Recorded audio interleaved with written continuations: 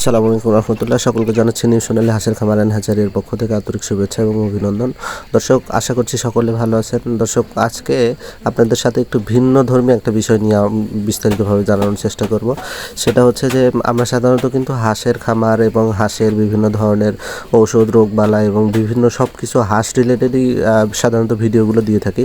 কিন্তু আজকে আসলে মূলত যেহেতু আমনের সিজন প্রায় শেষের দিকে, সেক্ষেত্রে কিন্তু হাঁসের পাশাপাশি আমাদের কিন্তু আমরা যেহেতু কৃষি পরিবারে বেড়ে ওঠা, সেক্ষেত্রে আমাদের যে কৃষি জমি রয়েছে, যে জমিতে ধান রোপণ করেছিলাম, বেশ কয়েকটা জমিতে ধান রোপণ করা হয়েছিল। তবে এই জমিটা মোটামুটি প্রায় 25% মতো এখানে ধান রোপণ করা হয়েছিল। যেহেতু ধান রোপণ করা হয়েছে, ধানগুলো অনেক বড়ও হয়ে গেছে, আমাদের সাথে লোকও রয়েছে। পাশাপাশি আজকে কিন্তু আমিও কাজ করার জন্য মাঠে চলে আসছি। যদিও মূলত সেভাবে কাজ করা হয়ে ওঠে না, তারপরে আজকে কাজ করছি। সত্যি কথা বলতে আমাদের কৃষক পরিবারে বেড়ে ওঠা এবং আমাদের কৃষি কাজের প্রতি আমাদের যে আগ্রহ বা অনাগ্রহ, এই সব কিছু কিন্তু অত্যন্ত রিলেটেড আমাদের সব কিছুর সাথে। যেহেতু যদিও আমার কৃষিকাজের প্রতি খুব ভালো আগ্রহ রয়েছে, আমার খুবই ভালো লাগে, কেননা বাংলাদেশ যেহেতু কৃষি প্রধান একটি দেশ, সুতরাং কৃষির সাথে যে কোনো কিছু রিলেটেড হলে সেগুলো সত্যিই খুব ভালো লাগে। যাই হোক, আজকে আমরা কিন্তু মোটামুটি এই জমিটার ধান বাধাই করা শেষ করে ধানগুলো কিন্তু বাড়িতে নেওয়ার জন্য প্রস্তুত গ্রহণ করছি। সেক্ষেত্রে মোটামুটি আমি যেহেতু আগেই বলেছি, আমি কিন্তু কৃষিকাজের সাথে ওইভাবে অতটাও পারি না, তারপরও চেষ্টা করছি। মোটামুটি অনেকগুলা ধান নিয়েছি, যদিও একটু কম নিয়েছি তুলনামূলক, কেননা আমাদের এখানের যারা কৃষি কাজ করে বড় ভাইরা বা ছোট ভাইরা, তারা কিন্তু অনেকগুলা করে ধান নেয়। আমি কিন্তু খুবই অল্প পরিমাণে ধান নিয়েছি, কেননা এটা আমাদের বাড়ি থেকে মোটামুটি বলাই চলে 1 কিলোমিটার দূরে। অর্থাৎ আমাদের যে বড় পাথারটা অনেক বড়, আপনারা দেখতেই পাচ্ছেন। আমি অনেক দূর পর্যন্ত কিন্তু আমাকে নিয়ে যেতে হবে।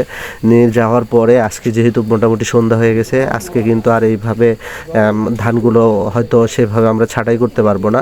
সেক্ষেত্রে হয়তো কালকে সকালবেলা আবার আমাদের ছাঁটাই করতে হবে। ছাঁটাই করার জন্য যেহেতু আমাদের এখন মোটামুটি যেহেতু টেকনোলজি অনেকটা আগে গেছে, আপডেট হয়ে গেছে, সেক্ষেত্রে কিন্তু ছাঁটাই করার জন্য কিন্তু মেশিনের ব্যবস্থা রয়েছে, মেশিনের মাধ্যমে করা হয়ে থাকে। আর মূলত সন্ধ্যাবেলা মোটামুটি আমাদের ধানগুলো আনা প্রায় শেষ, একবারে মোটামুটি 25% যতগুলো ধান হয়েছিল। আশাবাদী মোটামুটি ভালো একটা ধান পাবো আমরা এই ফলন থেকে। যাই হোক, মূলত ধান আনা কালকে রাতে আমাদের শেষ হয়ে গিয়েছিল। সেই শেষ হওয়ার পরে আমরা সকালবেলা গুলোকে আমরা মাড়াই করার জন্য শুরু করে দিয়েছি। আর আপনারা জানেন, গ্রামের ভাষায় গ্রামে কিন্তু আগে নানান ধরনের মাড়াই পদ্ধতি ছিল, কিন্তু বর্তমানে আমাদের যে মাড়াই পদ্ধতি, অর্থাৎ এটা মেশিনের মাধ্যমে এরকম ইনরোল হয়, এটার মাধ্যমে আমরা কিন্তু ধান মাড়াই করে থাকি।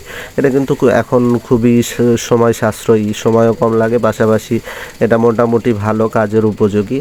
আলহামদুলিল্লাহ, আমাদের মোটামুটি ভালো ধান হয়েছে। আমরা সত্যি খুবই আশাবাদী এবং সন্তুষ্ট হয়েছি। যে পরিমাণে ধান আশা করেছিলাম তার থেকে তুলনামূলকভাবে ভালোই ধান হয়েছে। যেহেতু আমনের সিজনে অনেক সময় ধান হয়, অনেক সময় ধান হয় না। যেহেতু আমাদের এইদিকে মোটামুটি বন্যা প্রবণ এলাকা, তারপরেও আলহামদুলিল্লাহ আল্লাহর অশেষ মেহেরবানি আমরা মোটামুটি ভালো ধান পেয়েছি। যদিও দর্শক, আমরা কিন্তু আমাদের পেজে সাধারণত হাঁসের ভিডিও দিয়ে থাকি, আজকে একটু ডিফারেন্ট ভিডিও দিলাম। আপনাদের কেমন লাগছে বা আমাদের একটু মতামত অবশ্যই জানাবেন। ততদিন পর্যন্ত আবারও ভালো থাকবেন, সুস্থ থাকবেন। ধন্যবাদ সকলকে। আসসালামু আলাইকুম।